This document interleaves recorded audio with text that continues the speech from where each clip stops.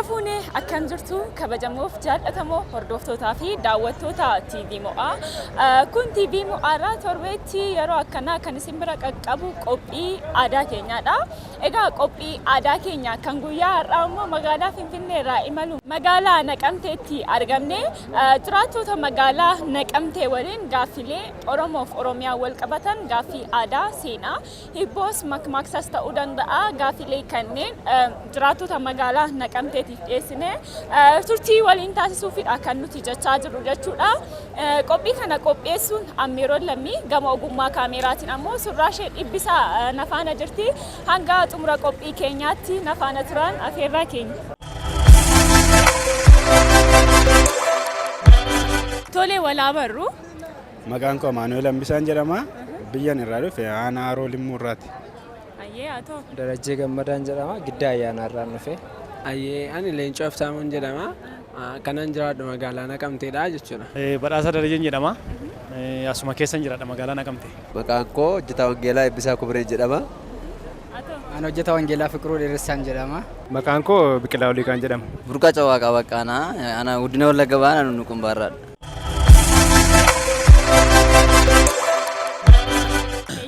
Waan taateef galatoomii gaaffii keenya jalqabaatiin gaafa abbootiin gadaa yookiin ammoo jaarsoliin eebbisanii harki walitti hin rukutamu.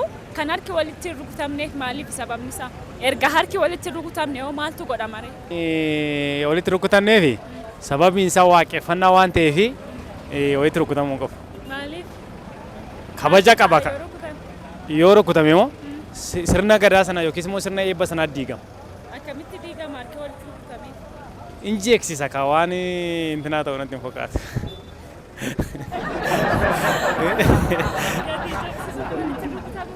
Walitti rukutamuu qabu seera isaa keessa hin jiru jechuun akka seera isaatti akkas hin turre. Kanaaf calma jedhamee maa eebbisifamu. Wanti godhamu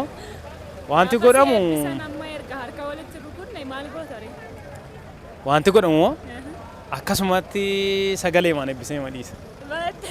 Sagalee dhumaani akkasumatti eebbisiisee dhiisa. Atoo maal jettore? Kanuma jedha kamaan gambiraa maalan jedha. Isaan eebbisiisaa jiru atuma mayettee fudhattan ni teessu. Inni ta'umoo yeroo sana ameen jedheen fudhadha. Ameenuma jettee Akka seera gadaatti jechuudha. Harka rukutuun aadaa yookiin safuudha. Gaafa akkas jedhu immoo eebba ofitti fudhatu malee ofirraa rukutuu jechuudha. Gaafa akkas jedhu leel jedhanii ofitti achuun ofitti akkas naxaatu jechuudha. Gaafa leel jedhamu akkasitti jedhaman akkas jechuun naafa ta'u jechuudha. Inni harka rukutuun immoo waltajjii isaa irratti malee sirna gadaa eebba irratti miti jechuudha. Sababni harki hin rukutamneef wanti ta'aa jiru suni gochaan ta'aa jiru suni sagantaadha waan ta'eef wanta seera qabeessa sagantaa seera qabeessaadha waan ta'eef kanaaf yeroo sanatti seera waan qabuuf rukutamuu hin qabu jechaadha. Maaliif ree taatiin ta'aa jiru eebbatu yookiin immoo sagantaatu gaggeeffamaa jira waan ta'eef. Sagantaa yeroo gaggeeffamu harki rukutama. Garuu kan eebbaa qofatu rukutamu. Eebba irratti wanti harki hin rukutamneef abbootiin gadaa waan eebbisaa jiraniif sabni Oromoo taa'ee ameen jedhee waan tasgabbiidhaan qalbiidhaan dhaggeeffatuuf harka rukutee of jeequurra of cannaquurra tolee jedhee taa'ee tasgabbaa'ee eebbifa sana fudhata. Sagantaa irratti garuu iddoo gammachuuttis iddoo nuttis harka walitti rukutanii fudhachuun hin danda'ama jechuudha. Akka hin jeeqamneef jechuudha. Walumaa galatti yeroo eebbi abbaan gadaa Oromoo eebbisu akka hin jeeqamneef jechuudha. Atoo yaadni isaa akkuma yaada isaadha. Garuu yaadni koos ameen jedhamee fudhatama malee harki rukutamu. Harka rukutuun nama sanaaf nama eebbisaa jiru sanaaf hamilee kennuudha. Garuu namni tokko gaafa si eebbisu yookiin immoo gaafa si gorsu ameen jedhamee fudhatama malee hamileen hin kennamu fedhee yaada. Sababni isaa maalidha? Sababni harki walitti hin rukutamneef maaliif ameen qofa jedhama? Eebbii fi gorsi namni si gorsu sun yookiin namni si eebbisu sun hamileen isaaf hin kennamu kan irraa fudhatama malee gorsamu. Namichi duraanuu gammadee jira waan ta'eef. Gammadee jira waan ta'eef namichi. Gammadee jira waan ta'eef gammachuu sanumaan murkaneeffatee taa'e. Dhiisee. Ta'us garuu gaafa gammadu irra caalaa haamileen si dhufee harka walitti dhoofta lafaayyoo ol kaate. Kan isa caalutti gammadeera ta'a. Kanaafuu gammadeetuma callisee dhiisa jechuudha. Gammadeera waan ta'eef kan isa caalutti harka rukuteera. Kanaaf tarii kan isaan harka rukunnee fi siluma isaa ulfinaa yookaan kabajni isaaniif ta'u yoo namni ofii harka walitti rukutuudhaa baate iyyuu hamileen isaanii ol kaa'adha waan hin yaaduuf. Kanaaf harki walitti rukutu. Silumayyuu hamilee yoomii ijaa qabanii fi yoo harka walitti rukutuudhaa baatanii gadis hin bu'u olis hin bu'u taadhee yaada. Harka walitti rukutamu? Rukutamu mitiira? No. Maaliif harka walitti rukutamu? Gaaffiin kun natti ulfaateera. Maaliif sitti fakkaata gaafa yaaddu? Harki walitti rukutamuu dhiisuunsaa bakka kabajuma namootni taayitaa qaban wanta iddoo sana jiranii fi akka yaadutti bakka kabajuma waan sanaa mul'isaadha shakka. Gaafa abbootiin taayitaa jiraammoo? Abbootiin taayitaa gaafa jiraatan yoo harka rukutan kabaja hanqisuudha moo? Gaaffichi natti ulfaateera. Gaaffii biraa yoo na gaafatte malee. Yaa wantichi galateeffannaa waan ta'eef natti fakkaata. Galateeffannaa lakki eebban jedha eebbaaf galateeffannaan garaagara miti? Eebba waan ta'eef eebba sana zimmidhanii fudhatu malee harka walitti rukutuun hin barbaachisu. Fakkeenyaaf amma waltajjii irraa gaafa taateen tokko ta'ee raawwatamu namaaf haamilee kennu harka walitti dha'uu waanuma jirudha. Kan isa kanaa kan hin eeyyamamne addatti sababi isaa maalidha? Wantichi kadhata waan ta'eef wanta simiitii waan hin taaneef zimmidhanii baga. Kadhatuma waan ta'eef caallumadhanii fudhatu bakka akka amantii tokkotti jechuudha.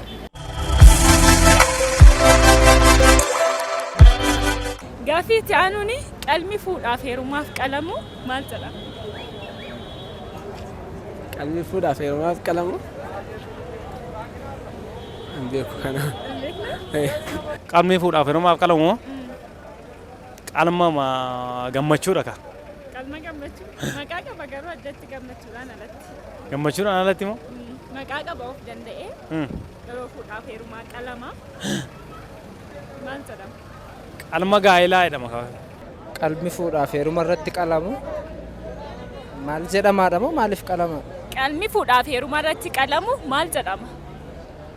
Maal jedhama hin beeku. Hin beektu? Gin laaffaa hin qalama garuu qalma cidhaa jedhama. Maal akka jedhamu immoo maqaa isaa hin beeku. Qalmi fuudhaaf heerumaa irratti qalamu inni fuudhu sunuu fi inni isheen heerumtu suni cidha isaanii irratti gammachuu isaaniidha.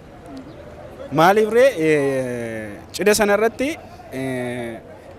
ajjaabonni isaanii ittiin gammadanii nyaatanii dhuganii ittiin galu. Kanaaf qalma gammachuma bakka gammachuma ibsa.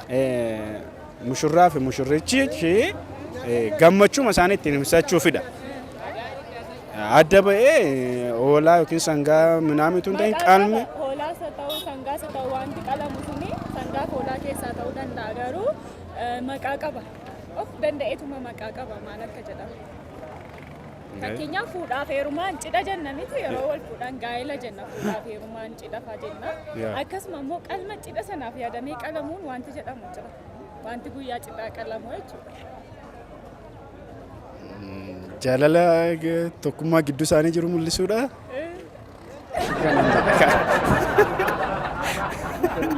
Sargii. Qalman jedhee. Qalmi irratti fuudhaaf heeruma irratti qalamu. Dhangaa nyaata cidhaa. Nyaata cidhaa dhangaa jedhama. Qalmi qofaansaa qalmi fuudhaaf heerumaaf qofaaf qalamu ore. Qalmi fuudhaaf heeruma qofaaf qalamu. Nyaata cidhaa bakka. Nyaata cidhaa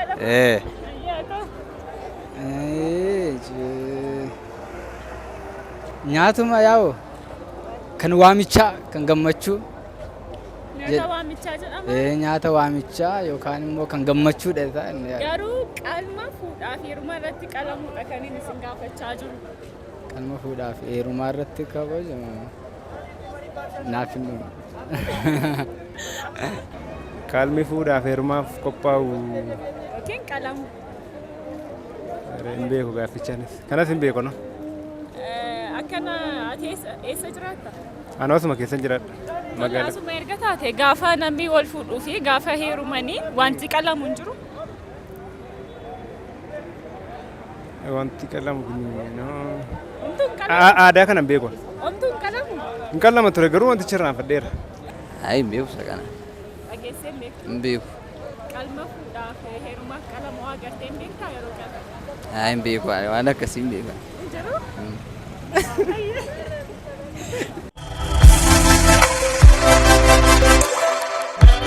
Gaaffii itti aanuuni yaa diinqa koo jette jaartiin nooraarra ciifte. Makmaaksi kun maal ibsaa? Makmaaksaan naa deebisuu dandeessaa yookaan immoo kallattiidhaan maal ibsuu akka yaadame naaf himuu dandeessa? Yaa diinqa koo jette jaartiin nooraarra ciifte. Akkas jechuun maksaan yoon si qubaadhee gaafa yaada koo ibsuun akka yaada ishee irraa hubadhutti yaada mammaaksichaa hubadhutti yaa diinqa koo jechuun ishee mana ishee hundumtumaa amma mana ishee kan hin geenye akka jiru ibsuu barbaaddeettidha. Hanga siree ishee jechuudha. Oromoon maal ta'uyyuu keessummaan diinqan darba akka jechuu wayii tokko jira. Akkas jechuun ishee amma diinqa kooti kan ga'u hin jiru jechuu barbaaddeeti. Diinqa ishee jaallachuu ibsa? Diinqa ishee jaallachuu ibsa. Amma diinqa ishee yookiin amma mana isheen ga'uuf iyyuuti. Nooraan sun? Nooraan sun jechaadha. Bakki isheen irra jirtu sun bakki isheen irra qubattee jirtu sun amma diinqa ishee yookiin amma mana ishee amma wannu isheen ga'uuf iyyuu jechuudha. Rakkina ibsa rakkachuu ishee ibsa yookiin immoo hawwii mana isheef qabdu mana isheedhaa gadi baatee mana ishee sana hawwaa jirti jechuudha. Rakkina keessatti hawwii isheen jireenya ishee mana ishee duraaniif qabdu ibsa. Kanuman jedhamu. Yaa diinqa koochuu ishee akka mana isheetti ilaalteetti wanticha. Nooraa sana? Eeyyee. Irra boqotteetti irratti boqotteetti waan ta'eef akka mana isheetti ilaalteetti. Yaa diinqa koo bakka itti haaran galfanne waan ta'eef yaa diinqa koo jechuun immoo bakka itti haara galfatan waan ta'eef isa yaadatteetu yaa diinqa bakka itti haara galfatan miti waan ta'eef isa yaadatteetu yaa diinqa koo jettee mijanneef waan ta'eef. Sii dhufee? Nan yaadatte. Nooraarraa kaleessa diinqa isheetti boqochaa turte. Har'a immoo isayyuu dhabdee nooraarratti boqotte. Yaa diinqa koochuu ishee itoo achin jira ta'ee achin ciisan ture. Kanaafan asitti kanarratti aara galfadhee jettee kanarratti an ciise isatti naa caala ture. Nooraarra ciiste? Yaa diinqa koo jette. Deebisuu hin dandeenyees kanas gaaffii kana. Yaa diinqa koo. Gaaffii bakka deebii gaaffee na gaafatte aardii anaaf hundisaayyuu kawali galaatti. Yaa diinqa koo jette jaartiin nooraarra ciiste. Ittiin cabaa laata nooraan sun?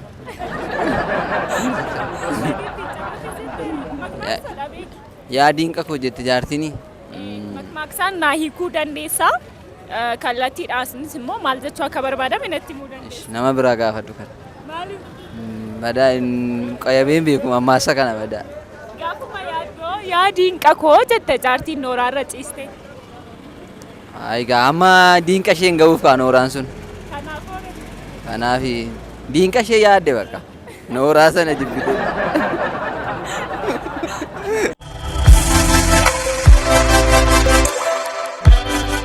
Magaalli Naqamtee godinoota Oromiyaa jiran keessaa godina kam keessatti argamti? Godina Wallaggaa Bahaa. Wallaggaa Bahaati? Wallagga Bahaa keessatti argamti. Akkasii? Tamanta? Godina Bahaarratti. Godina Bahaa. Bahaa? Maal bahaa? Godina Bahaa. Maal bahaa? Godina Wallagga Bahaa jecha. Wallagga Bahaati inni deebistee fi garuu kanis. Magaalaan Naqamtee godina Wallaggaa Ba'aa keessatti argamu. Godina Oromiyaa jiran keessa magaalaa Naqamtee Wallagga Bahaa. Wallagga Bahaadha? Itti amantaa? Sirriitti. Haa ta'u. Wallagga Bahaa. Godina Wallagga Bahaa. Godina Wallagga Bahaatti argamti. Gaaffii keenya isa xumuraatiin ilmaan Oromtichaa meeqadha? Lama. Isaanis? Booranaa fi Baarentuu. Kamtu hangafa kamtu guddisuudha? Booranni hangafadha, Baarentuun quxisuudha. Maqaa isaarraa hubachuu dandeenya jechuudha. Baarentuu Booranaa jechuun hin danda'ama.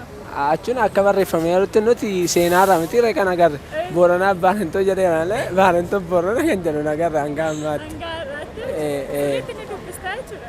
Maan jedhu. Lamadha. Isaanis Booranaa Boorantuu. Booranaaf Boorantuudha. Sirrees. Booranaa fi Baarentuudha. Baarentuudha. Tole kamtu hangafaa kamtu quxisuudha. Boorana. Hangafa. Baarentuu. Baarentuutu hangafa. Baarentuun hangafa Booran ittaan. Boorana quxisuudha. Ilmaan Oromtichaa meeqa? Lama. Isaanis Booranaa fi Booranaa fi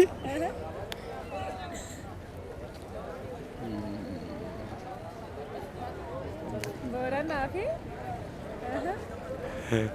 Ishini nana gargaaru ka. ilmaan Oromtichaa meeqa? Booranaa Baarentuu lama. Kamtu hangafa kamtu quxisuudha? Booranatu hangafa. Baarentuun ittaan. Itti amantaa? Eeyyee. Kamtu hangafa kamtu quxisuudha? Deebii isaanii si deebisee. Booranatu hangafa Baarentuu ittaan. Ilmaan Oromtichaa meeqadha? Miliyoona 80. Miliyoona 80. Miliyoona 80 dhagayeera jedhama saatiksiisa. Cimata dulfaata. Tokko dulfaata. Abba ijoollee abbaa gadaa.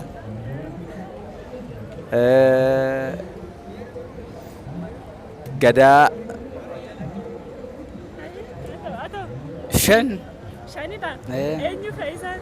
Isaan maqaa isaanii yoo ni mudhaa baate shan ta'uu yaada. Shan eenyu fayyadamee maqaa isaanii? Tokkosa ta'u kan keessaa yaadattu natti himi.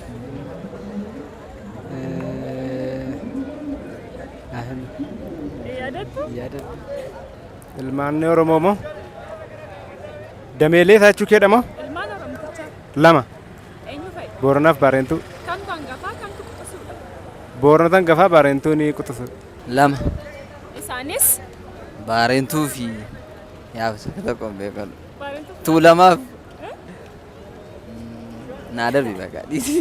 yaalaa jirta qaata bira geesse. Tokko deeffatteetta Baarentuu argatteetta. Tuulama. Baarentuuf Tuulama? Tuulama miti garuu yaa dhiis bakka isa kana naa dhiisi. Tuulamaan Baarentuu sii qabadha. Kamtu hangafaa kamtu quxisuudha? Tuulama natti fakkaata. Tuulamni hangafaa? Macaa warra. Tolee galatoomi. Ish galatoon. Ayyee sinillee galatamaa waan naaf hirtaniif kabajamaa ulfaadhaa. Ayyee galatoomi. Sirrii miti? Galatooma. Toleeyyee ulfaadhaa. Illee galatooma. Eebbifama. Thank you very much. Ish.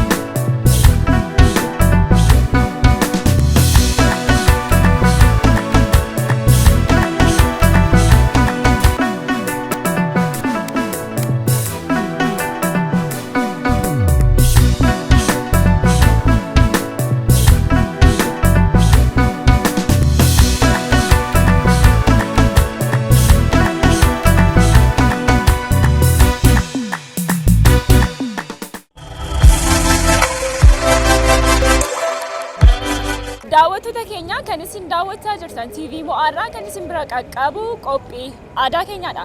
Qophiin aadaa keenya kan guyyaa har'aa egaa magaalaa Finfinnee irraa imaluun magaalaa Naqamteetti argame jiraattota magaalaa Naqamtee waliin turtii taasisaati kan inni ture. Gaaffii guyyaa har'aa jiraattota magaalaa Naqamteef dhiyeessine keessaa inni jalqabaa gaafa abbootiin gadaa yookiin ammoo jaarsoliin eebba eebbisanii harki walitti hin rukutamu. Sababni harki walitti hin rukutamneef maalidha?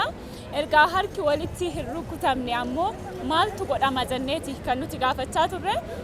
Egaa harki kan walitti hin rukutamnee fi eebbi suni ni harcaa jedhamee ija amanamuufidha. Erga harki walitti rukutamne immoo wanti godhamu eebba sana akkanaan harkaan fudhatanii ofitti gochuudha jechuudha. Hin harcaa jedhamee ija amanamuufidha kan harki walitti hin rukutamne. Erga eebba fudhannee booda naaf haa ta'u leel jennee ofitti goonaa jechuudha. Egaa baay'een isaanii akkuma daawwachaa turtanii nam tokko qofadha gaaffii kanallee kan deebii nu kenne namoonni biroon akka hin jeeqamneef kan jedhu nuuf himaa turan jechuudha. Egaa walumaa gala akka eebbisu hin harcaaneef jedhama. Gaaffii keenya isa itti aanuun qalmi fuudhaaf heeruma irratti qalamu maal jedhama jenneeti kan nuti gaafanne. Qalmi fuudhaaf heeruma irratti qalamu maqaan isaa rakoo jedhama jechuudha. Gaaffii keenya isa sadaffaatiin makmaaksadha kan nuti gaafannee turre. Makmaaksi nuti gaafanne akkasidha. Yaa diinqa koo jettee jedhan jaartiin nooraarra ciiftee. Makmaaksi kun maal ibsaa? Hiikkaan isaa maalidha kan jedhudha kan nuti gaafannee turre. Kan makmaaksi kun ibsu yaraasaa ta'u gaarii kanuma ofii wayyaa gaarii kan namaarra yaraa'uma ofii wayyaa akka jechuuti jechuudha. Gaaffii keenya isa itti aanuun magaalaan Naqamtee godinoota Oromiyaa jiran keessa godina kam keessatti argamti jenneeti kan nuti gaafannee turre. Egaa baay'een isaanii jiraattota magaalaa Naqamteedha kan nuti gaafanne guyyaa har'aa. Isaanis immoo hedduun isaanii hundumti isaanii haala jedhamuun gaaffii kana deebisaa turaniiru. Magaalli Naqamtee godina Wallaggaa Bahaa keessatti argamti jechuudha. Gaaffii keenya isa xumuraatiin ilmaan Oromtichaa meeqadha jenneeti kan nuti gaafanne. Ilmaan Oromtichaa lama yoo ta'anii isaanis Booranaa fi Baarentuudha. Kamtu hangafa kamtu ammoo quxisuudha kan jedhuuf ammoo Booranni hangafa Baarentuun quxisuudha jechuudha. Egaa gaaffilee kanneen jiraattota magaalaa Naqamtee gaafannee turtii bareedaa ta'edha kan nuti waliin taasisaa turre. Isinis ammoo turtii nuti isaan waliin qabaachaa turretti gaaffii nuti isaaniif dhiyeessaa turreerra hedduu akka baratanii akka itti bohaaraa turtan turtii gaarii akkasiin nu faana qabaattan ni abdanna. Egaa qophiin keenya akka guyyaa har'aaf qopheeffanne kana fakkaata ture. Qophii kana qopheessuun ammoo Ammeeroon Lammii gama ogummaa kaameraatiin Surraasha Dhibbisaa waliin ta'uudhaan isin faana turre. Torban qophii biraadhaan hanga walitti deebinutti torban kun kan nagaa kan jaalalaa kan milkii hunda keenyaaf haa ta'u jecha nagaatti.